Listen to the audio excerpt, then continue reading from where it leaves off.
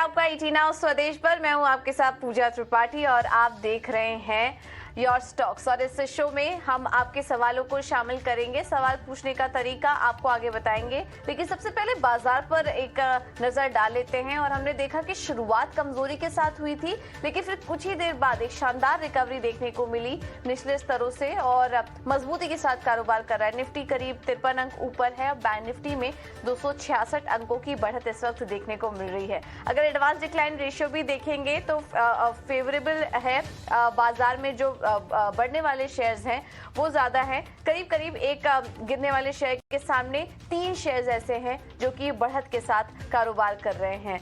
तो यहाँ पर स्टॉक स्पेसिफिक एक्शन भी काफी ज्यादा नजर आ रहा है। और इंडेक्स में भी देखेंगे तो आज मेटल स्टॉक्स काफी शानदार परफॉर्म कर रहे हैं। उसमें टाटा स्टील देखिए करीब 4% ऊपर है।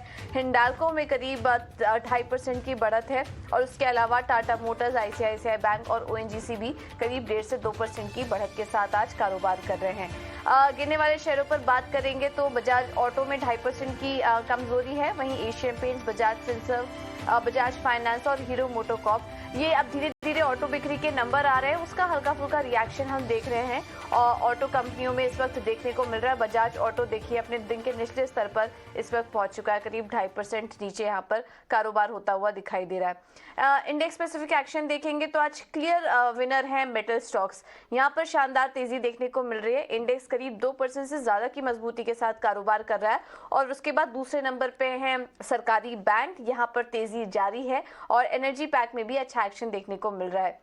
अगर फार्मा, हेल्थ केयर और आईटी सेक्टर को छोड़ दे, ये सब जो डिफेंसिव काउंटर है उनको छोड़ दे, तो हम देख रहे हैं कि मार्केट ओवरऑल जितने भी इंडाइसेस है इस वक्त हरे निशान में ही कारोबार करते हुए दिखाई दे रहे हैं। तो यहाँ पर आज हम देख रहे हैं कि ग्लोबल सेंटिमेंट का तो कुछ इम्पैक्ट है नहीं। और उसके अभाव में हम देख रहे हैं, उसके एब्सेंस में हम देख रहे हैं कि आज अच्छा कारोबार यहाँ पर भारतीय बाजारों में होता हुआ दिखाई दे रहा है। मजबूती के साथ यहाँ पर ट्रेड कर रहे हैं। चलिए अब इस बीच सवाल पूछने का तरीका भी आपको बता देते हैं। अगर आपके कुछ सवाल हैं तो आप हमसे जुड़ सकते हैं। फोन लाइन नंबर लगातार आपके स्क्रीन पर फ्लैश होता रहेगा, 9167329108। इस पर आप हमें फोन कर सकते हैं, अपने सवाल एसएमएस कर सकते हैं, व्हाट्सएप कर सकते हैं और हमारे सोशल मीडिया हैंडल के जरिए भी आप हमें संपर्क कर सकते हैं। फेसबुक, ट्विटर और इंस्टाग्राम के जरिए आप हमें कॉल कर सकते हैं। लेकिन चलिए अब आगे बढ़ते हैं और एक्सपर्ट को भी शामिल करते हैं। हमारे साथ इस वक्त खास मेहमान जुड़ चुके हैं। एसएमसी ग्लोबल सिक्योरिटीज से सौरभ जैन मौजूद हैं और प्रिसिशन टेक्निकल के मंदार भी हमारे साथ जुड़ चुके हैं। आप दोनों का ही बहुत बहुत स्वागत है शो पर। और दोनों को ही इटीना स्वदेश की टीम की तरफ से सबसे पहले तो नए साल की ढेर सारी शुभकामनाएं। मार्केट पर इस वक्त चर्चा करें मंदार, पहले तो आपसे टेक्निकल एक चेक लेना चाहेंगे। आज ग्लोबल ट्रिगर्स तो ज्यादा कुछ है नहीं, ऐसे में हम देख रहे हैं कि आज मजबूती के साथ यहाँ पर कारोबार होता हुआ दिखाई दे रहा है हफ्ते के पहले कारोबारी सत्र में और साल के भी पहले कारोबारी सत्र में। अब आगे के लिए मार्केट की चाल आप कैसे देख रहे हैं? पूजा जी गुड मॉर्निंग। आपको भी हैप्पी न्यू ईयर, सारी इटीनाओ की टीम को हैप्पी न्यू ईयर और सारे दर्शकों को भी हैप्पी न्यू ईयर। अच्छा देखिए, बेसिकली अभी जो मार्केट में हमने मूव देखी लास्ट वीक और आज भी जो हम देख रहे हैं, ये मुझे लगता है कि जो हमने इससे पहले करेक्शन देखा था 19,000 से जो मार्केट में नीचे का एक ट्रेंड बना था 17,800 तक का, वो मुझे लगता है कि करेक्शन डन है। अब सिर्फ एक ही बात है कि इमीडिएट जो एक sharp kind of an upmove नहीं देखने को मिलने वाली है। इसी तरीके से एक स्लो काइंड ऑफ ट्रेड, एक steady kind of an move देखेगी। सिर्फ एक चीज जो पॉजिटिव है कि लास्ट वीक में जो सपोर्ट लेके मार्केट में उछाल देखने को मिला, वो ये कंफर्म करता है कि जो हमने जो लेवल्स आइडेंटिफाई की थी 18,000 17,800 वाली, तो ये एक अच्छी खासी सपोर्ट है मार्केट के लिए। तो जब तक इसके ऊपर बाजार बना हुआ है तब तक पॉजिटिव है। सो डाउनसाइड का जो डर है वो तो अब नहीं है। सिर्फ अब अपसाइड के बारे में अगर बात करें तो मुझे लगता है कि जैसे आपने कहा कि लैक ऑफ ट्रिगर्स है, फिलहाल ट्रिगर्स है नहीं, इसलिए बाजार में थोड़ा सा कम इंटरेस्ट देखने को मिल रहा है, कम मूवमेंट देखने को मिल रही है। तो वो ट्रिगर्स भी एक हफ्ते में आ जाएंगे, यानी क्वार्टरली अर्निंग जब स्टार्ट होते हैं तब मुझे लगता है कि वो एक अगला ट्रिगर होगा। और जिस तरीके से हमने जीएसटी के फिगर्स देखने को मिले कल ही, तो उससे ऐसे लगता है कि जो कंपनीज के थर्ड क्वार्टर अर्निंग्स आएंगे वो भी अच्छे होंगे। और मुझे लगता है कि अगले वीक से बाजार में एक अप ट्रेंड स्टार्ट होनी चाहिए। आज के लिए अगर बात करें तो मुझे लगता है 18,100 ये एक बढ़िया सा सपोर्ट बनता है निफ्टी के लिए, और ऊपर में 18,200 250 इस तरीके का एक रेजिस्टेंस होगा, तो एक 150 पॉइंट का रेंज होगा आज निफ्टी के लिए।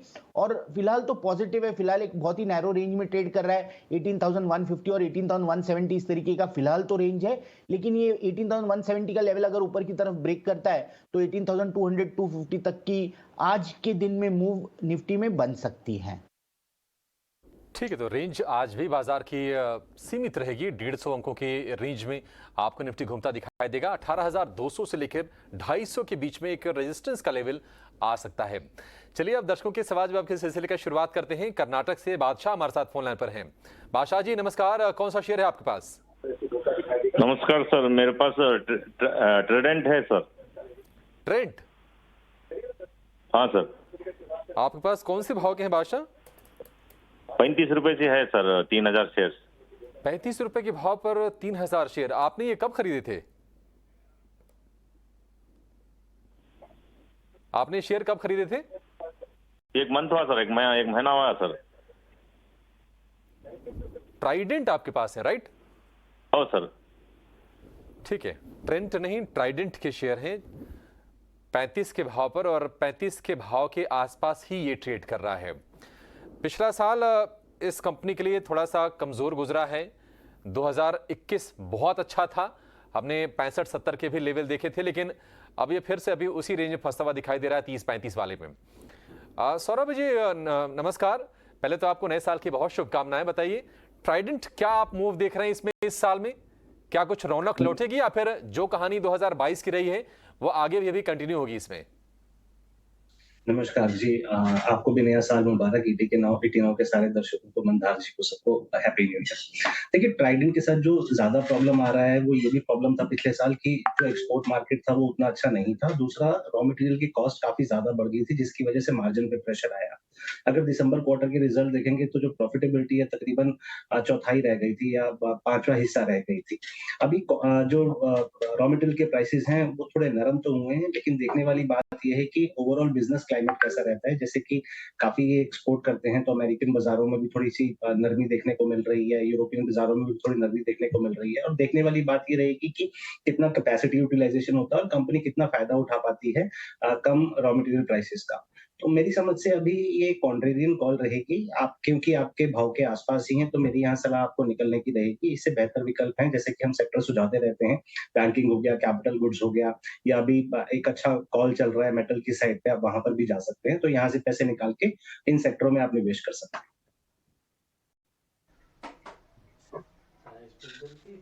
ओके ठीक है, तो ये राय आपको दे दी गई है। इस स्टॉक में आप मेटल शेयर्स पर भी निवेश कर सकते हैं। स्टॉक से फिलहाल एग्जिट करने की राय दी जा रही है। चलिए अब आगे बढ़ते हैं, और नोएडा से हमारे साथ अगले दर्शक जुड़े हैं, रॉबिन। नमस्कार रॉबिन, पूछिए क्या सवाल है आपका?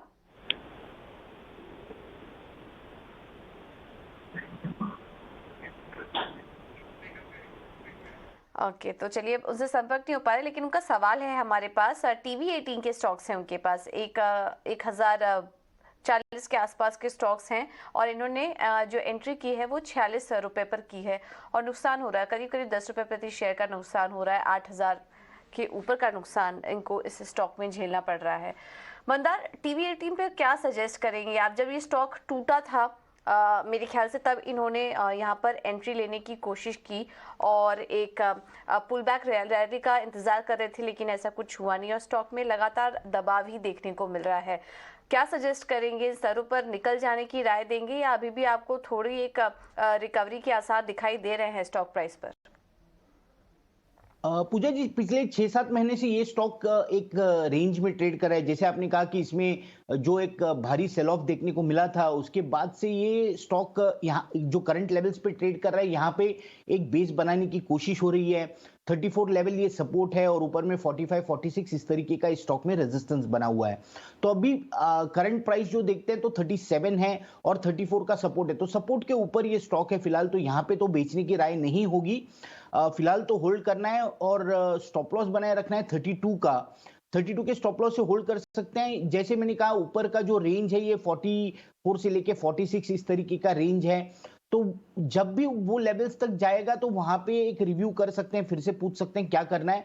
इस स्टॉक में जो एक अप मूव है, जो ऊपर वाला जो टारगेट है या एक बढ़िया सी मूव बननी है, तो वो बनेगी जब वो ऊपर का रेंज जो है, ऊपर का रेजिस्टेंस जो है वो ब्रेक करेगा। यानी ये 44 46 का रेजिस्टेंस जब भी ये ब्रेक करके ऊपर चलेगा तब हम इसमें बढ़िया से टारगेट्स भी देख सकते हैं। तो फिलहाल तो सपोर्ट पे है, फिलहाल होल्ड कीजिए, 32 का स्टॉप लॉस रखना है।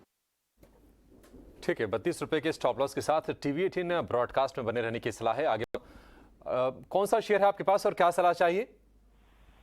सर मेरे पास बिल्डकॉन है 1000 से 88 के भाव से। अशोका बिल्डकॉन? हाँ मैडम, हाँ सर। ठीक है, अशोका बिल्डकॉन। और कोई शेयर आपके पास प्रदीप जी? एक मारुति है सर, 20 शेयर 20। मारुति के 20 शेयर हैं। अशोका बिल्डकॉन के 1000 शेयर हैं 88 रुपए के भाव पर। मारुति है 9300 रुपए के भाव पर। अशोक बिल्डकॉन से शुरुआत कर लेते हैं और सौरभ जी राय आपसे चाहेंगे। पिछला महीना काफी अच्छा रहा कंपनी के लिए। एक टोल प्रोजेक्ट में जैसा कि कंपनी ने हिस्सा बेचा है, कुछ बड़े ऑर्डर्स मिले हैं और लोअर लेवल से अच्छी बाइंग देखी है। 10-12% के आसपास के हमने मूव्स देखे हैं दिसंबर के महीने में। आगे आपको लगता है कि अशोक बिल्डकॉन में ये जो मोमेंटम है वो जारी रहेगा? देखिए मुझे लगता है कि इस तरह की कंपनियों में जो मोमेंटम है वो जारी रह सकता है, क्योंकि गवर्नमेंट का काफी फोकस है इंफ्रास्ट्रक्चर पर और टैक्स कलेक्शन भी काफी अच्छी है। क्योंकि अब अगले से अगले साल इलेक्शन है, तो नेक्स्ट ईयर 2023 में फोकस भी बहुत रहने वाला है इंफ्रास्ट्रक्चर स्पेंडिंग पे, और मुझे लगता है थोड़ा ना फ्रंट लोडिंग भी करना चाहेगी गवर्नमेंट, और इससे काफी खासा फायदा हो सकता है इस तरह के Ashoka Buildcon, Hg infra, PNC infra, इस तरह की कंपनियों में। तो मेरी सलाह रहेगी कि आप अभी इसमें बने रहें। और दूसरी खास बात यह है कि इनके लिए रॉ मटेरियल कॉस्ट भी कम हो रही है, सीमेंट प्राइसेस भी कम हो रहे हैं, मेटल प्राइसेस भी कम हो रहे हैं, तो इनको इससे भी थोड़ा फायदा, मार्जिन एक्सपेंशन का रूम मिलता है। तो मेरे हिसाब से आप बने रह सकते हैं। ठीक है, अशोका बिल्डकॉन में बने रहने की सलाह है। आपके भाव के आसपास ही है, 90-91 रुपए के आसपास के प्राइस है, लेकिन आगे आपको अच्छा मूव इसमें देखने को मिल सकता है। फोकस होगा बजट पर। लेकिन मारुति के भी शेयर हैं प्रदीप के पास। 20 की क्वांटिटी है 9300 रुपए के भाव पर। 8400 रुपए के आसपास ये ट्रेड कर रहा है, यानी कि प्रति शेयर तकरीबन 900 रुपए के आसपास का नुकसान है मारुति में। मंदार, आपसे इस पर व्यू चाहेंगे मारुति को लेकर। देखिए, जो पैसेंजर व्हीकल सेगमेंट के जो आंकड़े आए हैं दिसंबर महीने के बिक्री आंकड़ों में, वो थोड़े से निराशाजनक रहे हैं। मारुति की बिक्री भी हमने 10% से ज्यादा गिरते हुए देखी है। क्या सलाह होगी आपकी? इसके चार्ट्स आपको कैसे लग रहे हैं और क्या इसमें आप बने रहने की सलाह देंगे या फिर कोई बेहतर विकल्प आप सुझाना चाहेंगे? अभिषेक जी, देखिए, जो आपने ये नंबर्स के बारे में बताया, तो मुझे लगता है कि ये जो निगेटिव न्यूज़ है ये ऑलरेडी प्राइस में डिस्काउंटेड है। जिस तरीके से हमने नवंबर के महीने में 9700 की लेवल से 8100 का करेक्शन देखा, तो उसमें वो निगेटिव न्यूज़ मुझे लगता है तो डिस्काउंट हो चुकी है, और यहाँ से और नीचे के डाउनसाइड्स अभी तो नहीं बनेंगे।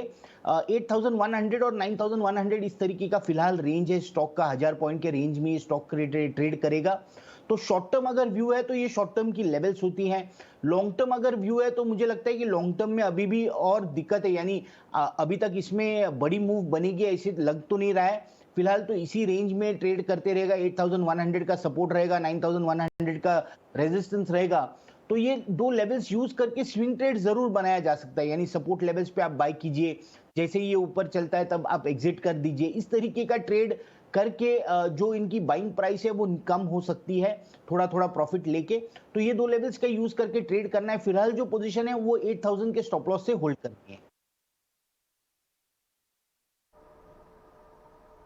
ओके, तो 8000 के स्टॉप लॉस के साथ फिलहाल पोजीशन होल्ड करने की राय, और टेक्निकल चार्ट भी आपको डिटेल में यहाँ पर मंदार समझा रहे थे। इस बार देखिए M&M के भी ऑटो बिक्री के आंकड़े आपकी स्क्रीन पर और नंबर्स आए। उसके बाद हमने देखा कि स्टॉक अब यहाँ पर 1% की तेजी के साथ कारोबार कर रहा है, और नंबर्स आपके स्क्रीन पर फ्लैश होंगे। यहाँ पर बढ़त देखने को मिली है कंपनी के आंकड़ों में, और अनुमान से बेहतर नंबर्स नजर आ रहे हैं M&M के। और जैसे ही नंबर्स आए उसके बाद देखा हमने एक हल्का स्पाइक भी इस वक्त स्टॉक प्राइस में देखने को मिला। इस वक्त मजबूती के साथ स्टॉक कारोबार कर रहा है।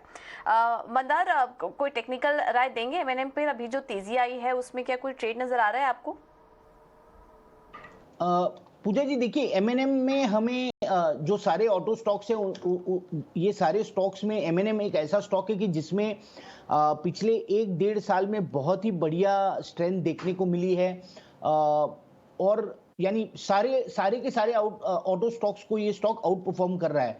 अब पिछले अगर 4 महीने का चार्ट देखते हैं तो एक अपमूव के बाद यानी जो लेटेस्ट वाली इसमें मूव है वो 660 से स्टार्ट हुई, ऊपर में 1350 तक ये स्टॉक चला, यानी डबल हुआ।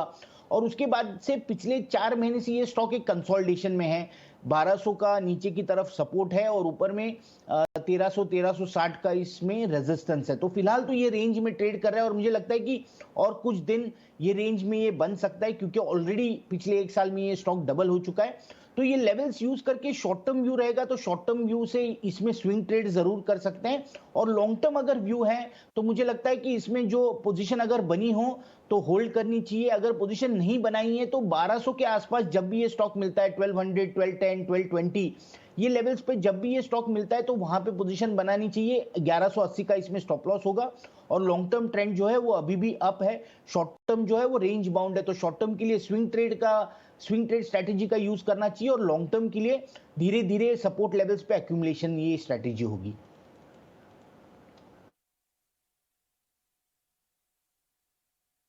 आसपास दिखे तब यहाँ पर फ्रेश एंट्री आप ले सकते हैं, और अगर आपने लॉन्ग पोजीशन होल्ड की हुई है तो बने रहिए, कोई दिक्कत वाली बात नहीं है महिंद्रा में। आगे बढ़ते हैं, गुजरात से हमारे साथ अगली दर्शक जुड़ी हैं मोनिका जी नमस्कार, क्या सवाल है आपका, पूछिए। कि मैंने SCC 19 रुपए के 5000 शेयर बाय कर रखे हैं। ओके, कितने समय के लिए लिया है आपने ये?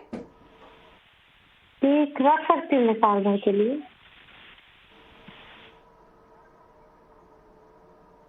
ठीक है, मंदार आप ही राय दीजिए, क्योंकि SCC देखिए इस वक्त तो 19 इन्होंने 19 के पास लिया था, इस वक्त 2035 के पास कारोबार कर रहा है और 5000 शेयर्स इन्होंने लिए हुए थे। फिलहाल इनको मुनाफा हो रहा है इस स्टॉक में, बट क्या इन्हें होल्ड करना चाहिए या फिर जो भी मुनाफा है वो लेकर निकल जाना ही सही रणनीति होगी स्टॉक में? देखिए इस स्टॉक में स्ट्रेंथ तो दिख रहा है, यानी पिछले अगर 1 महीने का चार्ट देखते हैं तो इस स्टॉक में अच्छी खासी अपमूव बनी है। अब जो करंट लेवल से यहाँ पे स्टॉक में रेजिस्टेंस भी है, यानी ऐसी बात है नहीं कि यहाँ से स्टॉक सीधा ऊपर की तरफ निकल लेगा, ऐसी बात है नहीं। तो मेरी राय रहेगी पार्शियल प्रॉफिट बुकिंग जरूर करें, यहाँ पे थोड़ा सा प्रॉफिट लीजिए, यानी आप कंफर्टेबल हो जाते हो उस ट्रेड में बने रहने के लिए, ट्रेलिंग स्टॉप लॉस यूज करने के लिए आप कंफर्टेबल हो जाते हो। और इसमें जो ट्रेलिंग स्टॉप लॉस है वो भी थोड़ा सा नीचे जाएगा, यानी एकदम नजदीक वाला है नहीं। स्टॉप लॉस जो होगा वो 16 रुपए का है, तो इसलिए ये लेवल्स पे पार्शियल प्रॉफिट बुकिंग करें, 16 रुपए का स्टॉप लॉस बनाए रखें। और इसमें जो रेजिस्टेंस है वो मैं आपको बता देता हूं, 23 रुपए के आसपास इसमें एक रेजिस्टेंस बनता है, 2250 से लेके 23 इस तरीके का रेजिस्टेंस है। ये लेवल जब भी ये ब्रेक करेगा तब इसमें एक स्ट्रॉन्ग अपमूव जरूर देखने को मिल सकती है, सीधा ये 40 रुपए तक चल सकता है। तो अगर आपका लॉन्ग टर्म व्यू है तो ये 22, 50, 23 रुपए का रेजिस्टेंस ब्रेक होने की राह देखिए, फिर ऊपर के टारगेट्स, अच्छे खासे टारगेट्स इसमें एक्टिवेट हो जाएंगे। लेकिन पार्शियल प्रॉफिट बुकिंग जरूर कीजिए, क्योंकि कुछ भी हो सकता है। फिलहाल स्टॉक रेजिस्टेंस के आसपास है, पार्शियल प्रॉफिट बुकिंग कीजिए और 16 रुपए का स्टॉप लॉस बनाए रखिए। ठीक है, पार्शियल प्रॉफिट बुकिंग की सलाह है, 16 रुपए के स्टॉप लॉस के साथ इसमें आप बने रह सकते हैं। अगले दर्शक का सवाल लेंगे, कर्नाटक से वेंगप्पा हमारे साथ फोन लाइन पर है। वेंगप्पा जी नमस्कार, कौन सा शेयर है आपके पास? गुड मॉर्निंग सर, मेरे पास सर हैप्पीएस्ट माइंड का भी है सर। हैप्पीएस्ट माइंड से 80 शेयर हैं आपके पास 1196 रुपए के भाव पर। ठीक है, सौरभ जी आपसे राय चाहेंगे, आईटी स्टॉक्स के लिए 2022 एक बुरे सपने से कम नहीं रहा। हमने देखा है कि बड़े दिग्गज स्टॉक्स भी 30 से 40% के आसपास तक करेक्ट हो गए, और ईयर टू डेट अगर हम पिछले साल में जोड़ेंगे पूरे 2022 में तो हैप्पीएस्ट माइंड्स भी करीब करीब 35% के आसपास की कमजोरी के साथ क्लोजिंग दी है। आपको लगता है कि अब थोड़ा सा शेयर संभालने की कोशिश करेगा, क्या ये सही भाव पर है, या फिर अब भी, क्योंकि हमेशा से ये प्रीमियम वैल्यूएशंस पर ट्रेड करता रहा है, क्या वैल्यूएशंस इसके थोड़े आकर्षक हो गए हैं अब आपकी नजर में? आईटी सेक्टर की बात करें तो मुझे लगता है कि अभी जो वैल्यूएशंस है वो ट्रफ पे नहीं आए हैं। वैल्यूएशंस में करेक्शन ज़रूर आया है। जैसे कि मार्केट में शिफ्ट हुआ, जब ब्याज दर बढ़ी तो ग्रोथ टू वैल्यू की तरफ शिफ्ट हुआ। हमने यूएस मार्केट में भी देखा, नैस्डैक तकरीबन 1/3 इंडेक्स की ही पिटाई हुई और बड़े-बड़े शेयर तकरीबन आधा हो गए। यहाँ पर भी मुझे लगता है कंपनियों को भी कठिनाइयाँ होंगी मार्जिन मेंटेन करने में। हालाँकि ऐसे दिख रहा है कि जो अनएम्प्लॉयमेंट जो अट्रिशन रेट था वो थोड़ा-सा प्लेटू हो रहा है। लेकिन फिर भी कंपनी को कहीं न कहीं प्रॉब्लम होगा कि जो ऑर्डर बुक है उसको बिल में कन्वर्ट करने के लिए और मार्जिन पे प्रेशर रहने वाले हैं। हैप्पीएस्ट माइंड की बात करें तो यहाँ पर भी जो वैल्यूएशन है अभी भी महँगे हैं, तकरीबन 19 गुना बुक वैल्यू पे चल रहा है, 60 के मल्टीपल पे चल रहा है और जो नतीजे लास्ट क्वार्टर में आए थे वो उतने दमदार नहीं थे। टॉप लाइन में तो जो ग्रोथ था लेकिन फिर भी मार्जिन पे ज़रूर प्रेशर देखने को मिला। तो मुझे लगता है कि ये सिलसिला अभी चालू रहने वाला है। आप इस तरह के शेयर में मेरी सलाह रहेगी कि अभी आप पैसे ना लगाएँ क्योंकि अभी ये कॉन्ट्रेरियन ट्रेड के हिसाब से है। थोड़ी-सी एक फर्स्ट इंडिकेशंस अभी नहीं आ रहे हैं कि सेक्टर कहीं न कहीं बॉटम आउट हो रहा है और हैप्पीएस्ट माइंड थोड़ी अभी एक छोटी कंपनी है और वहाँ पर थोड़ा प्रेशर ज़्यादा देखने को मिलता है। मेरी सलाह से यहाँ से आप निकलें और बैंकिंग क्षेत्र काफ़ी अच्छा लगता है, आप पैसे को वहाँ शिफ्ट करें।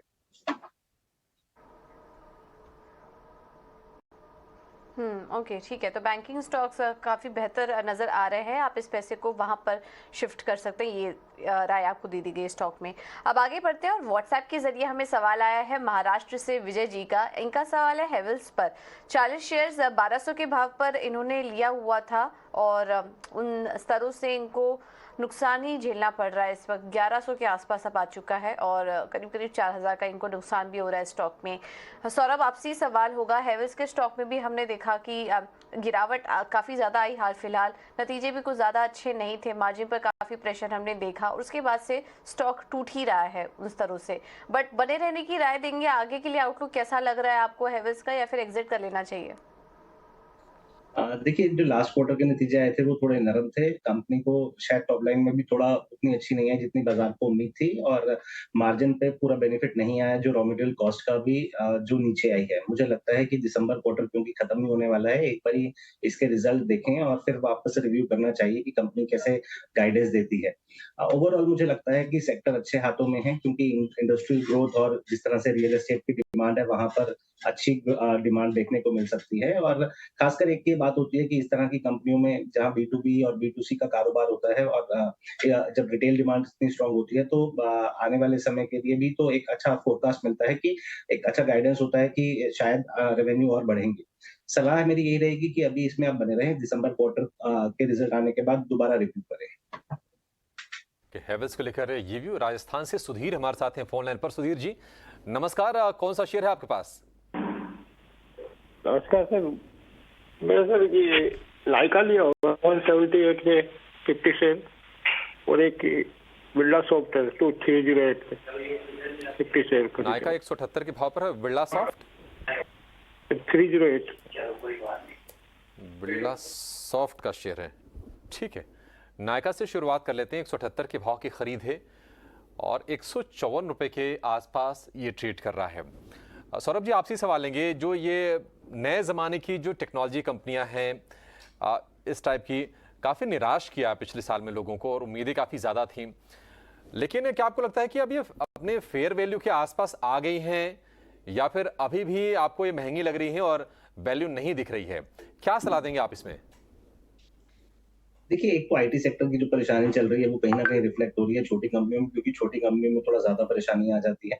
नतीजे भी नरम थे और मुझे जैसे कि मैंने अभी और दूसरी कंपनी के बारे हैप्पीएस्ट माइंड के बारे में भी जैसे मैंने कहा, तो अभी इस अच्छा समय नहीं है कि इस तरह कंपनी में आप पैसे लगाएँ।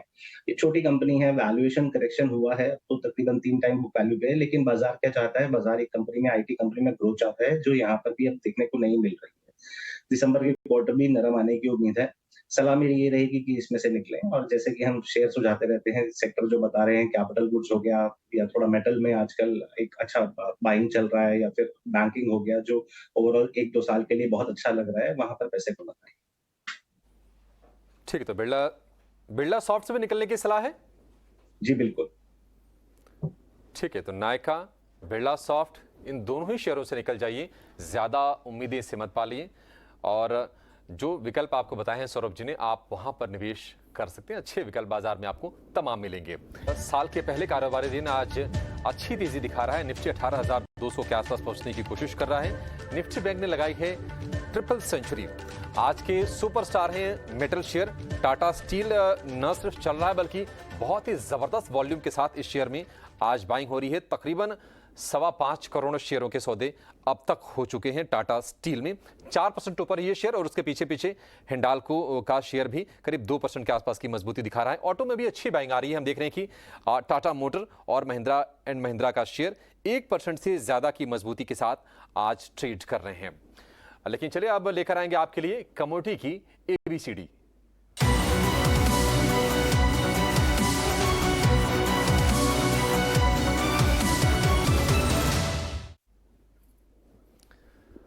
और रोज की तरह कमोडिटी की ABCD लेकर हमारे साथ जुड़ गए हमारे सहयोगी विश्वमोहन। विश्वमोहन, बताइए आज क्या खास लेकर आए हैं आप?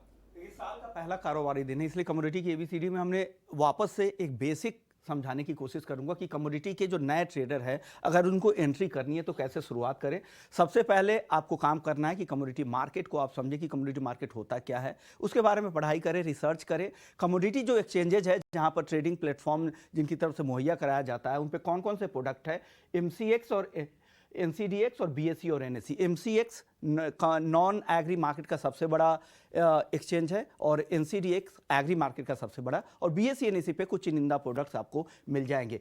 सबसे पहले आप NCDX और MCX के प्रोडक्ट के बारे में जानिए कि कौन कौन से प्रोडक्ट है। MCX के प्रोडक्ट की बात करें तो नॉन एग्री में gold, silver, crude, natural gas, metal में कॉपर, एल्युमिनियम, जिंक, लेड में ट्रेडिंग होती है। साथ ही 1-2 एग्री के भी मेनथा के वहां पर कॉन्ट्रैक्ट है। NCDX के कॉन्ट्रैक्ट की बात करूं तो स्पाइसेस में जीरा, हल्दी और धनिया की ट्रेडिंग होती है, कैस्टर की, कपास की ट्रेडिंग होती है, कॉटन सीड ऑयल की केक और कॉटन सीड ऑयल केक की ट्रेडिंग होती है। तो ये कुछ एग्री के कॉन्ट्रैक्ट वहां पर मौजूद है। साथ ही ग्वार सीड, ग्वारगम के भी कॉन्ट्रैक्ट वहां पर मौजूद है। लेकिन आपको ट्रेडिंग करने से पहले सबसे पहले आपको ब्रोकर्स के पास जाके जो भी सेबी रजिस्टर्ड ब्रोकरेज हाउस है वहां पर अपना डीमैट और ट्रेडिंग अकाउंट खुलवाए। आपके ट्रेडिंग हिस्ट्री, अनुभव और जोखिम क्षमता के आधार पर वो आपको ट्रेडिंग का प्लेटफॉर्म मुहैया कराएंगे, क्योंकि कमोडिटी वायदा में ट्रेडिंग करने के लिए ये सारी चीज़ें होनी बहुत ज़रूरी है। क्योंकि यहाँ पर वायदा में ट्रेड होता है, स्पॉट में ट्रेड होगा या वायदा में होगा, कैश में शेयर्स की तरह ट्रेडिंग नहीं होती है, इस वजह से रिस्क ज़्यादा रहते हैं। इसलिए सबसे पहले आप रिसर्च करें, समझे, फिर बाजार में एंट्री करें। अब फंडामेंटल्स को समझें, क्योंकि कमोडिटी के जो भाव रहते हैं काफ़ी सारे फंडामेंटल्स पे, डिमांड सप्लाई का सिनेरियो क्या है, किस तरह से गवर्नमेंट की पॉलिसीज़ है, साथ ही ग्लोबल मार्केट में किस तरह से चाल दिख रही, तो सारे फैक्टर्स को समझे फिर कमोडिटी मार्केट में एंट्री करें। कॉस्ट की बात करें तो तकरीबन ज़्यादातर कमोडिटीज़ में 10% के आसपास का कॉस्ट होता है कुल कॉन्ट्रैक्ट साइज का। कुल कॉन्ट्रैक्ट साइज कैसे कैलकुलेट होता है? जो भी मार्केट प्राइस किसी भी कमोडिटी का है उसके लॉट साइज आप कभी भी सर्च करेंगे तो आपको मिल जाएगा, और लॉट साइज से मल्टीप्लाई कर दीजिए, उसका 10% आपको देना पड़ेगा। फिर भाव में उतार चढ़ाव के हिसाब से आपको मार्जिन घटबढ़ करना पड़ेगा। आपस में लॉन्ग और शॉर्ट की पोजीशन ले सकते हैं। लॉन्ग यानी तेजी की पोजीशन, तेजी की उम्मीद है तो लॉन्ग करें, शॉर्ट करते हैं तो मंदी की। तो ये सारे चीजों का ध्यान रखें, फिर कमोडिटी मार्केट में एंट्री करें। ये कुछ शुरुआती टिप्स जरूर ध्यान रखें। ठीक है, तो विश्वमोहन ने कमोडिटी की ABCD की शुरुआत शुरू से कर दी है, और अगर आपने ये सीरीज मिस कर दी है तो आपके पास फिर से मौका होगा अपना ज्ञानवर्धन करने का, कमोडिटी बाजार को समझने का, कौन से कमोडिटीज ट्रेड होती हैं और कैसे आपके लिए कमाई के मौके बन सकते हैं, ये सब कुछ जानने का। तो रोज 11 बजे ये खास सेगमेंट हम छोटा सा लेकर आते हैं, इसमें आप अपनी समझ को बढ़ा सकते हैं। आगे बढ़ेंगे, गोरखपुर से विकास कुमार मौर्य हमारे साथ हैं। विकास जी नमस्कार, क्या पूछना है आपको, कौन सा शेयर है आपके पास? ठीक है, व्हाट्सएप के जरिए इनका सवाल हमारे पास आ गया है। येस बैंक के 178 शेयर 19 रुपए 41 पैसे के भाव पर। सौरभ जी, येस बैंक में हम देख रहे हैं कि पिछले 5-7 सत्र से फिर से एक तेजी की शुरुआत हो गई है, और इनफैक्ट आज तेजी का 6ठा दिन है, और इन 6 दिन में तकरीबन 25-27% के आसपास की तेजी आ चुकी है लोअर लेवल से। 22 रुपए के आसपास फिर से है। येस बैंक 19.5 रुपए की खरीद है, 22 रुपए का भाव है। प्रति शेयर हम देख रहे हैं कि मुनाफे में ही है। क्या आपको लगता है कि और समय देंगे तो और मुनाफा होगा, या फिर जो मुनाफा हो रहा है उसको बांध ले और निकल जाए यहां से? ये जो बैंकिंग क्षेत्र में तेजी है कहीं ना कहीं येस बैंक में वही रिफ्लेक्ट हो रही है, लेकिन वैल्यूएशन के लिहाज से और बैलेंस शीट को खासकर देखते हुए ये स्टॉक उतना स्ट्रांग नहीं लगता। वैल्यूएशन भी अब थोड़ा सा स्ट्रेचिंग की तरफ लगता है। नो डाउट कि बैंकिंग सेक्टर में तेजी और शायद ये शेयर भी बढ़ सकता है, लेकिन क्रेडेंशियल्स उतने सॉलिड नहीं है। तो मेरी सलाह रहेगी कि आप यहाँ पर मुनाफा बांधे और पैसे को शिफ्ट करें bank of Maharashtra, bank of Baroda जैसे विकल्पों में। ओके, तो यस बैंक में ज़्यादा कुछ अपसाइड की उम्मीद नहीं है, थोड़ा भी आपको बढ़त और मिलती है तो निकल जाने की राय दी जा रही है, और दूसरे स्टॉक्स में, दूसरे बैंकिंग स्टॉक्स भी आपको सुझाए गए हैं, वहाँ आप एंट्री ले सकते हैं। अगला सवाल हमें भेजा है महाराष्ट्र, माफ़ कीजिएगा, महाराष्ट्र से हमारे साथ रवि जुड़ चुके हैं फ़ोन लाइन के जरिए। रवि जी नमस्कार, सवाल पूछिए अपना।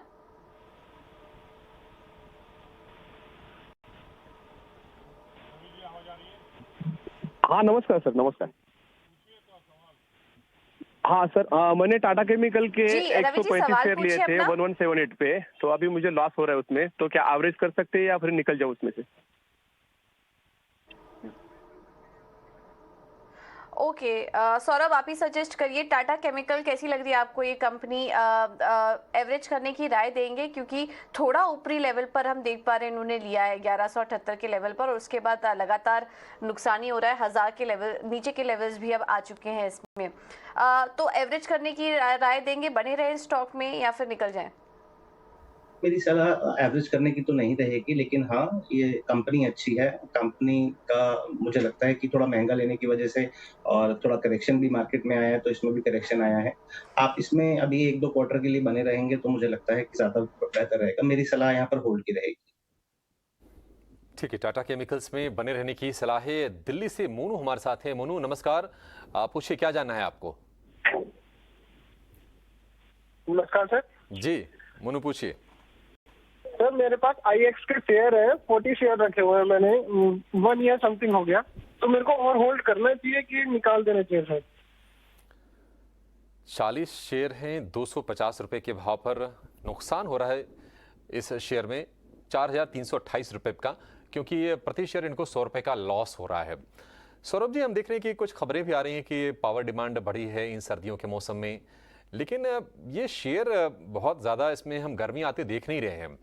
IEX ने काफ़ी निराश किया है पिछले साल में निवेशकों को। क्या इस साल लगता है कि कुछ फॉर्च्यून चेंज होंगे? क्या इसमें दम लौटेगा या फिर ये ऐसे ही ट्रेड करता रहेगा? जी, मुझे लगता है कि वैल्यूएशन काफी स्ट्रेच थे और वैल्यूएशन में करेक्शन आया है। दूसरा, जो वैल्यूएशन अभी भी जिस वैल्यूएशन पे, उस हिसाब से कंपनी का ग्रोथ नहीं आ रहा। हालांकि आप देखेंगे तो पूरे साल में जो ग्रोथ होता है वो कम ही होता है बाय वॉल्यूम, और खासकर जो स्टेट इलेक्ट्रिसिटी बोर्ड के साथ भी कुछ प्रॉब्लम हुआ है, तो वो भी कहीं ना कहीं रिफ्लेक्शन दे रहा है। मुझे लगता है कि आपको यहाँ से निकलना ही ज्यादा बेहतर रहेगा।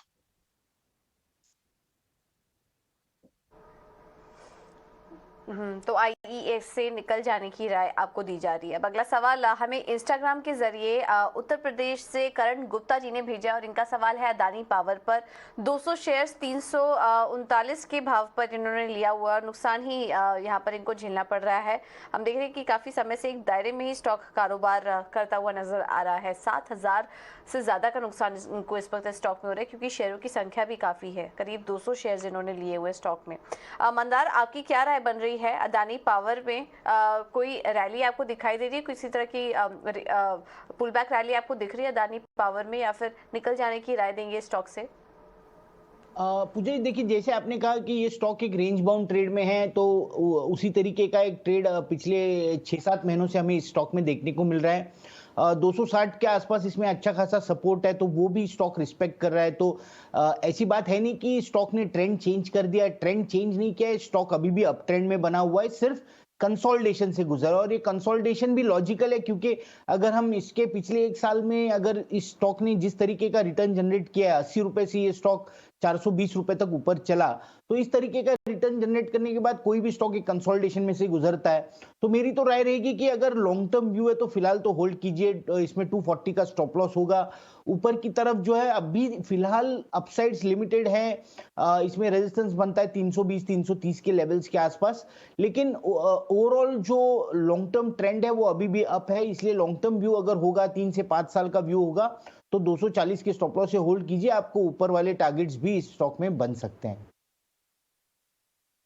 ठीक है, 240 रुपए के स्टॉप लॉस के साथ अडानी पावर को होल्ड करने की सलाह है। पंजाब से बलदीप हमारे साथ हैं। बलदीप जी नमस्कार, कौन सा शेयर है आपके पास और क्या सलाह चाहिए? हाँ जी नमस्कार जी, मेरे पास एक तो सेंट्रल बैंक का है और एक येस बैंक का, मैं दोनों का पता करना चाहता हूँ। जो सेंट्रल बैंक का है वो मैंने 29 रुपीज का 10,000 शेयर ले रखा है, और येस बैंक का 1.5 लाख शेयर 13 रुपए के हिसाब से। 1.5 लाख शेयर 13 रुपए के भाव पर? हाँ जी, हाँ जी। तब तो आपको बड़ा अच्छा खासा मुनाफा हो रहा है। 13 लाख रुपए का फायदा आपको येस बैंक में हो रहा है। बल्दी, पहले तो आपको बहुत बधाई, और सेंट्रल बैंक में भी आपको प्रॉफिट ही हो रहा है। चलिए, राय आपके लिए जानते हैं। अब तो खैर आपके पास कोई ऐसा तनाव नहीं है इस शेयर को अगर आप होल्ड किए हुए हैं तो। सौरभ जी, येस बैंक बहुत ही आकर्षक भाव पर एंट्री, और अच्छी चीज़ ये है कि इनको होल्ड करने का रिवॉर्ड दिया है। अदरवाइज होता क्या है कि ऐसे जो हाई बीटा वाले या फिर थोड़े से वोलेटाइल स्टॉक्स होते हैं, वहाँ पर नुकसान के भी चांसेस होते हैं, लेकिन इनको फायदा अच्छा खासा हो रहा है। येस बैंक, क्या आप सलाह देंगे कि अभी होल्ड करें? और आप जरा सेंट्रल बैंक के बारे में भी राय दीजिएगा, क्योंकि ये वो शेयर हैं जो नवंबर दिसंबर के मुकाबले में छोटे पीएसयू बैंक बहुत ज़बरदस्त रफ्तार से चले, अपने अपने लेवल से ऑलमोस्ट 1.5 गुना 2 गुना तक हो गए थे। हालांकि ऊपरी स्तरों पर थोड़ा सा प्रेशर आ रहा है। रहेगी कि आपको मेरी सलाह रहेगी निकल जाने के लिए। देखिए, अभी कुछ दिन पहले ही बैंक ने तकरीबन 13 रुपए पे ही शेयर इशू किए हैं, जो मई जून में बैंक ने प्रस्ताव रखा था कुछ इंस्टीट्यूशन को, और आने वाले कुछ महीनों में काफी सारे जो स्टॉक शेयर लॉक्ड हैं वो भी खुलने वाले हैं। तो और वैल्यूएशन के लिहाज से बैलेंस शीट को नजर में रखते हुए महंगा लगता है। यहाँ पर आपको बहुत अच्छा मुनाफा हो रहा है क्योंकि आपने काफी अच्छे रेटों पे लिया है। नॉर्मली ऐसा देखने को कम ही मिलता है, तो बहुत बहुत मुबारक आपको। लेकिन यहाँ पर मेरी सलाह रहेगी कि आप इसमें से निकल जाएं, या फिर तकरीबन 80 से 90% अपनी होल्डिंग जरूर काट लें। सेंट्रल बैंक में भी मेरी यही सलाह रहेगी कि आपको जो मुनाफा हो रहा है वो बुक करें। जो पीएसयू बैंक्स में स्ट्रॉन्ग कंटेंडर हैं, जो स्ट्रॉन्ग कंपनियां हैं, वो हैं SBI, bank of Baroda, Canara bank, ये हैं। और प्राइवेट सेक्टर में आप एक्सिस और आईसीआईसीआई पर दाव लगा सकते हैं। यहाँ पर कंसिस्टेंसी और ग्रोथ और बैलेंस शीट स्ट्रॉन्ग, सारे ही आपको अच्छे समीकरण मिलते हैं। अगले 1-2 साल के लिए अगर आप पैसा लगाएंगे तो यहाँ पर भी आपको अच्छा मुनाफा हो सकता है। तो सलाह यही रहेगी कि जो कमजोर बैलेंस शीट वाले बैंक है वहां से निकलने की, और मजबूत बैलेंस शीट वाले जो बैंक है उसमें पैसा कन्वर्ट करने की।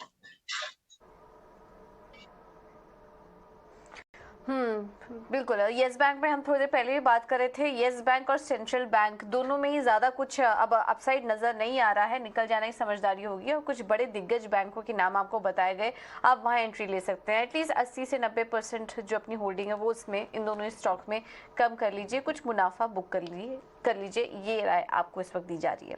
अगला सवाल ले लेते हो। ये फेसबुक पर हमें भेजा है अजय सिंह जी ने। इनका सवाल है पिरामिड एंटरप्राइजेस पर 162 शेयर्स इन्होंने 1298 के भाव पर लिया हुआ है। 1298, यानी कि अब इससे बात तो नहीं हो पाई है कि कब की होल्डिंग है ये, क्योंकि ये जो लेवल देख पा रहे हैं हम, ये डीमर्जर के पहले के लेवल्स हैं ऐसा लग रहा है। और उसके बाद से हम देख रहे हैं कि स्टॉक में गिरावट ही देखने को मिल रही है स्टॉक में। चलिए, हम वापस से रिव्यू करने की कोशिश करेंगे कि ये लेवल्स कब के थे, लेकिन फिलहाल क्या सजेस्ट करेंगे आप सौरभ पिरामिड एंटरप्राइजेस में? मेरी सलाह यही रहेगी कि आप इसमें से जैसे थोड़ी सी रैली बनती है तो निकलने की चेष्टा करें। यहाँ पर डिसअपॉइंटमेंट ज्यादा मिला है बाजार को, और लगता नहीं कि कुछ बेटर होने वाला है। तो सलाह ये रहेगी कि आप यहाँ पर से निकल जाएं, और जैसे हम प्योर बैंकिंग शेयरों की बात कर रहे हैं वहां पर पैसे को स्विच करें तो आपका लॉस भी पूरा हो सकता है।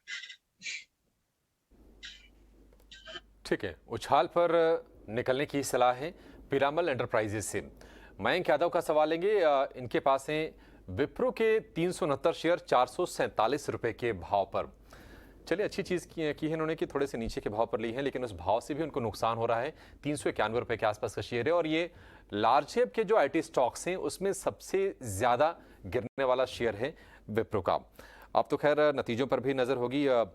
9 तारीख से टीसी से शुरुआत भी हो जाएगी रिजल्ट सीजन की, तो ज़्यादा बेहतर आइडिया लग पाएगा आईटी स्टॉक्स को लेकर। लेकिन कहीं ना कहीं जो चिंताएं थी एट्रिशन को लेकर, मार्जिन को लेकर, शायद वो सुधरते हुए अब दिख जाएंगी। लेकिन विप्रो, मंदार, क्या लगता है कि डाउनसाइड से प्रोटेक्टेड है, इसके नीचे नहीं जाएगा शेयर? ये कैसा लग रहा है आपको ये? अभिषेक जी, सही कहा आपने। ऐसे तो नहीं लग रहा है फिलहाल कि इसमें और डाउनसाइड बनेगी। 370 380 ये स्टॉक में एक बढ़िया सा सपोर्ट है। फिलहाल 390 91 के आसपास ट्रेड कर रहे हैं, यानी सपोर्ट के ऊपर ही है। और अगर आप पिछले 1 साल का अगर चार्ट देखो तो जब से ये जो ये बिकवाली इसमें देखने को मिली 700 के ऊपर के लेवल से ये स्टॉक ये करंट लेवल्स तक आ गया। अब पिछले 3-4 महीनों से ये करंट लेवल्स पे स्टेबल है, तो मुझे लगता है कि यहाँ पे एक बेस बनाने की कोशिश है, और जब तक ये सपोर्ट ब्रेक नहीं होता है तब तक इसमें वीकनेस तो नहीं बनेगा। और आपने सही कहा कि रिजल्ट्स के बाद इसमें एक डायरेक्शन के लिए क्यू मिल सकता है जरूर। तो फिलहाल तो मुझे लगता है होल्ड करना चाहिए, 360 का स्टॉप लॉस रखना चाहिए।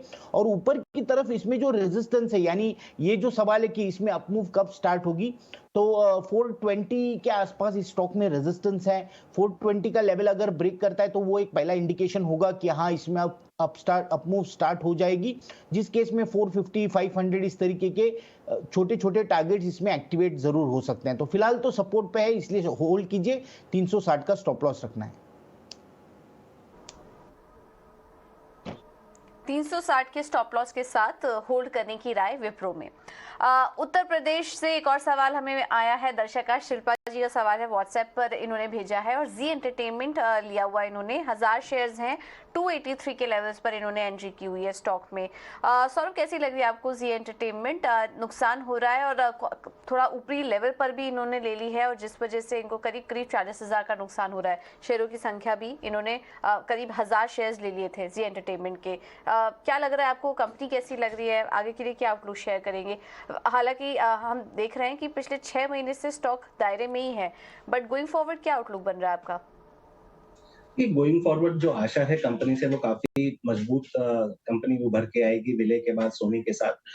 बैलेंस शीट काफी स्ट्रांग हो जाएगी, कैश रिच बैलेंस शीट हो जाएगी, तो फ्यूचर तो काफी ऑप्टिमिस्टिक लगता है। ये रेट नहीं लगता कि यहाँ पर बेचना चाहिए, 240 रुपए के आसपास नॉर्मली स्टॉक आ जाता है और फिर बाउंस लेता है यहाँ से जनरली। मुझे लगता है कि आपको 3 से 4 क्वार्टर का सब्र रख लेना चाहिए और देख लेना चाहिए ये वाले क्वार्टर के भी नतीजे कैसे आते हैं। अगर गाइडेंस थोड़ी वीक रहती है तब निकलने की सोचेंगे, अदरवाइज इसमें बने रह सकते हैं। ठीक है, जी एंटरटेनमेंट को होल्ड करने की सलाह है। राहुल शाक्या का सवाल लेंगे, यह है ट्विटर से। इनके पास है गेल के, gas authority of India limited के 400 शेयर हैं, 94 रुपए 92 पैसे के भाव पर। इनके भाव के आसपास ये शेयर है, 1 रुपए के आसपास का मूव है इधर उधर। इस पर आपसे ही सौरभ राय जानना चाहेंगे। गेल को लेकर ये कहा जा रहा है, हमारे सहयोगी सौमित सरकार ने एक रिसर्च भी की थी कि यूएस में जिस तरह से हेनरी हब गैस प्राइसेस की कीमतें घट रही हैं, तो गेल को उसका फायदा होगा क्योंकि इनकी इंपोर्ट कॉस्ट होगी वो कम हो जाएगी। आपको लगता है कि गेल, क्योंकि ये काफी एक रेंज में हमने ट्रेड करते हुए देखा है, आपको लग रहा है कि कोई मूव बड़ी आएगी, इसमें बने रहना एक फायदे का सौदा साबित होगा, या फिर यहां से भी निकल जाने की सलाह देंगे आप? देखिए, पहले तो कमोडिटी प्राइस को फोरकास्ट करना काफी कठिन है और फिर गवर्नमेंट की क्या पॉलिसी रहती है उसको फोरकास्ट करना बड़ा कठिन है। हाँ, लेकिन इन रेटों पे गेल मुझे एक वैल्यू स्टॉक लगता है, तो मेरी सलाह रहेगी कि आप बने रहें। और अगर चीजें ठीक रहीं और गैस के प्राइसेस कम होते हैं तो जरूर इसको फायदा मिलेगा। यहाँ पर न्यूट्रल व्यू है मेरा, यहाँ पर आप बने रह सकते हैं। ओके, न्यूट्रल व्यू है, गेल लॉन्ग टर्म के लिए भी बने रहने की राय आपको दी जा रही है। अगला सवाल ले लेते हैं, इंस्टाग्राम पर विकास झा जी ने हमें भेजा है। उनका सवाल है बर्जर पेंट्स पर 100 शेयर्स 623 के लेवल्स पर इन्होंने लिया हुआ है। मंदार, ऐसा लग रहा है कि इन्होंने काफी ऊपरी लेवल पर लिया था, ज्यादा पुरानी होल्डिंग नहीं है, और जब से इन्होंने एंट्री की है स्टॉक में गिरावट ही देखने को मिल रही है। क्रूड प्ले भी रहता है ये स्टॉक, क्रूड की जिस तरह की खबरें आती हैं उतार चढ़ाव बना रहता है शेयर में। अभी क्या सजेस्ट कर रहे हैं, आगे की चार्ट्स कैसे दिख रहे हैं आपको बर्जर पेंट्स के? पूजा जी देखिए, फिलहाल तो सपोर्ट पे ट्रेड कर रहा है, 550 और 560 इस तरीके का स्टॉक में सपोर्ट बना हुआ है। करंट प्राइस 576 है, तो सपोर्ट के ऊपर होने ट्रेड कर रहा है, इसलिए यहाँ पे बेचने की तो राय नहीं बनेगी।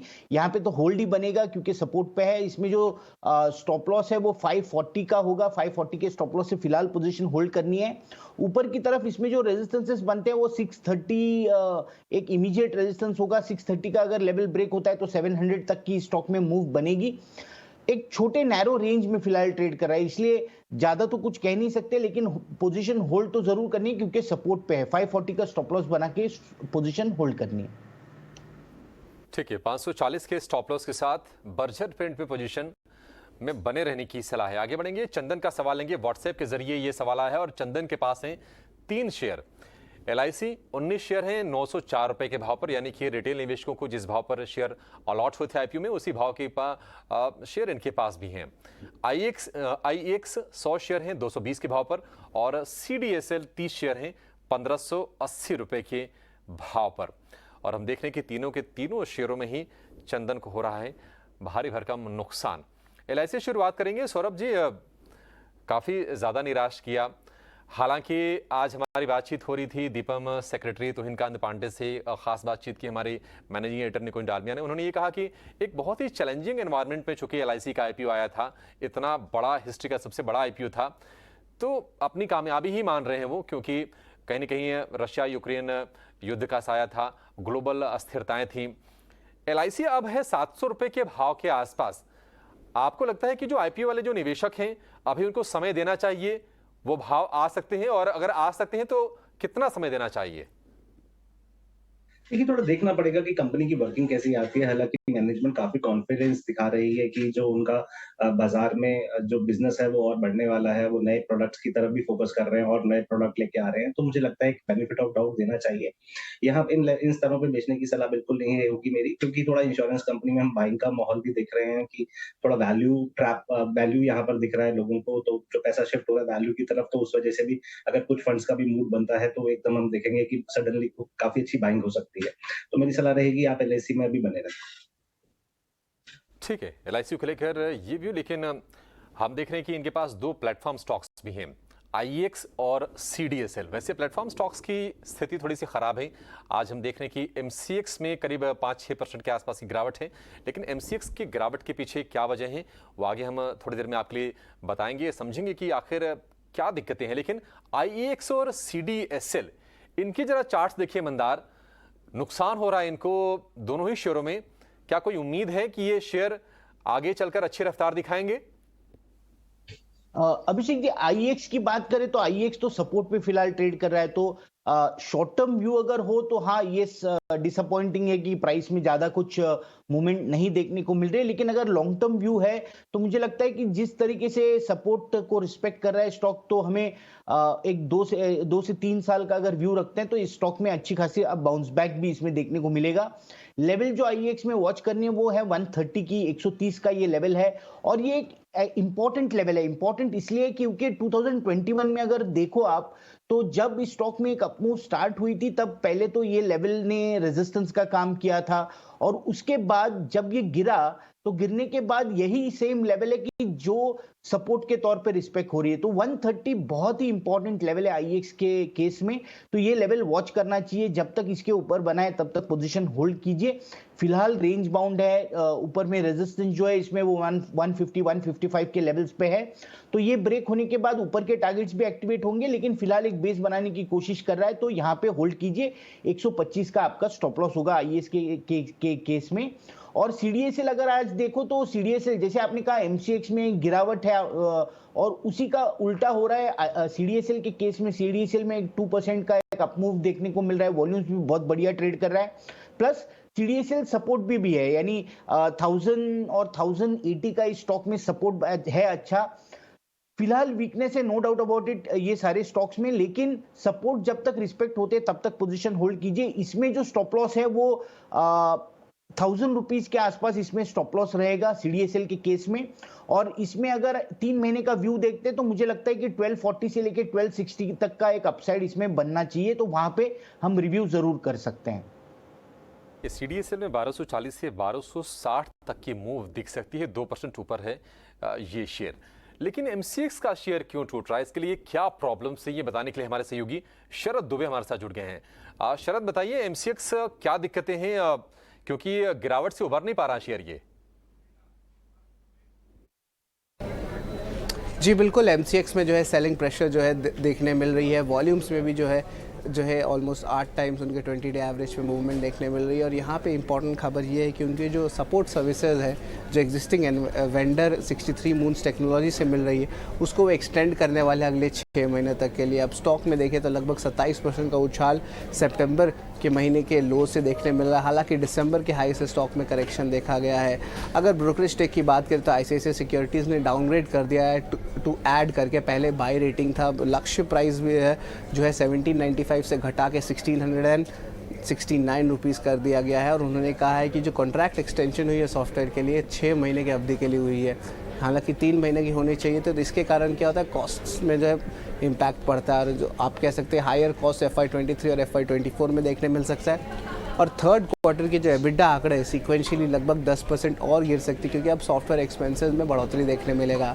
ये तो बात हुई डाउनग्रेड की, लेकिन जो लॉन्ग टर्म ट्रिगर्स है स्टॉक के लिए वो अभी भी अच्छे हैं। ऑफ कोर्स एक अच्छी कंटिन्यू ट्रैक्शन ऑप्शंस में देखने मिल रही है, कंपनी का मोनोपोलिस्टिक शेयर है, और आखिर में जो है उनको जो सॉफ्टवेयर में मूव करेंगे उसके कारण कॉस्ट सेविंग्स भी आगे देखने मिलेगा। अगर वैल्यूएशंस की बात करें तो almost 34 times P ratio FY23 के लिए है, लेकिन FY24 के लिए वैल्यूएशंस में एक्सपेक्टेड थोड़ी करेक्शन आएगी और 31 टाइम्स उनकी पी वैल्यूएशन रहेगी। राइट बहुत बहुत शुक्रिया शरद आपका ये जानकारी देने के लिए। तो नए सॉफ्टवेयर से आगे लागत कम होने की बात की जा रही है, लंबी अवधि के लिए पॉजिटिव ट्रिगर बताया जा रहा है, बट शॉर्ट टर्म के लिए इनके कॉस्ट प्रेशर बढ़ सकते हैं, और ऐसे यही कहना है ICICI सिक्योरिटीज़ का, जिस वजह से टारगेट प्राइस भी घटा दिया है और आज हम 5% की गिरावट यहाँ पर देख रहे हैं। सौरभ, क्या व्यू बन रहा है आपका MCX पर? इस खबर के बाद 5% की गिरावट आ रही है, लेने के लिए क्या सही लेवल्स आपको दिखाई दे रहे हैं या फिर अभी थोड़ा अवॉइड करना चाहिए स्टॉक को? क्या व्यू बन रहा है आपका? मुझे लगता है जो आज की नरमी आई है कहीं ना कहीं कंटिन्यू रहेगी, और इस तरह की कंपनियों की बजाय जैसे हमने जो सेक्टर पर बात करी, मुझे लगता है वहां पर काफी आपको क्लीन एक पिच मिलता है, क्लीन एक बैटल ग्राउंड मिल रहा है बॉल मारने के लिए, तो पैसे को वहां पर लगाए तो ज्यादा बेहतर रहेगा। ओके, ठीक है। तो ये रहा MCX पर आपको दे दी गई है 5% की गिरावट है इस स्टॉक में, और पिछले काफ़ी समय से हम देख रहे हैं स्टॉक में दबाव अब बना हुआ है MCX के शेयर में, इसी के आसपास कारोबार कर रहा है, बट आज जो गिरावट आई है वो थोड़ा और कंटिन्यू हो सकती है, उसके बाद सही लेवल्स आपको मिलेंगे खरीदारी करने के लिहाज से। तो फिलहाल फ्रेश एंट्री की सलाह इन स्तरों पर नहीं दी जा रही है। अब आगे बढ़ते हैं, व्हाट्सएप के जरिए कुछ सवाल हमें मिल रहे हैं। तारकेश्वर तिवारी जी का सवाल है संवर्धना मदरसन पर 3000 शेयर्स इन्होंने 79 के लेवल्स के आसपास लिया हुआ है।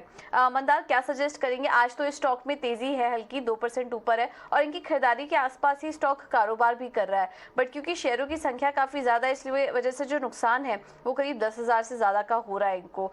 क्या लेवल सजेस्ट करेंगे स्टॉक में? क्या कुछ रैली आपको दिखाई दे रही है, और स्टॉप लॉस भी इनको सुझाइए। पूजा जी, देखिए लास्ट वीक इस स्टॉक में एक बढ़िया सी अपमूव देखने को मिली, अच्छे खासे वॉल्यूम्स भी ट्रेड कर रहा था, तो मुझे लगता है कि ये पॉजिटिव मूव है। अब जो करंट लेवल्स पे ये स्टॉक ट्रेड कर रहा है, यहाँ पे इस स्टॉक में एक रेजिस्टेंस बनता है 76, 7650, इस तरीके का ये रेजिस्टेंस है। ये अगर रेजिस्टेंस ऊपर की तरफ ब्रेक हो जाता है तो यस, इसमें 86 से लेके 88 की टारगेट्स ऊपर की तरफ बन सकते हैं, लेकिन ये रेजिस्टेंस इमीडिएट वॉच करना बहुत जरूरी है। और ये आज लो वॉल्यूम्स ट्रेड कर रहा है, तो आज ऐसे नहीं लग रहा है कि इमीडिएट ये रेजिस्टेंस ब्रेक कर देगा, तो मेरी तो राय रहेगी कि फिलहाल होल्ड कीजिए। 72 का इसमें स्टॉप लॉस रहेगा, 72 के स्टॉप लॉस से पोजीशन बनाए रखिए। 76, 7650 का रेजिस्टेंस जब भी ये ब्रेक करेगा तब ऊपर के टारगेट्स के लिए आप एम करके वहां पे फिर प्रॉफिट बुकिंग के बारे में सोच सकते हैं। ठीक है, तो थोड़ा ऊपरी लेवल पर लिया था, स्टॉप लॉस लगाइए, एक थोड़ी रिकवरी आ सकती है, उसके बाद वापस से रिव्यू करिए स्टॉक को, ये राय आपको दी जा रही है। चलिए, फिलहाल समय की कमी है, इतने ही सवालों को हम शामिल कर पाएंगे। मंदार जी, सौरभ जी, बहुत बहुत शुक्रिया आपका समय देने के लिए, और एक बार फिर से नए साल की आप दोनों को ही ढेर सारी शुभकामनाएं। चलिए, फिलहाल इस शो में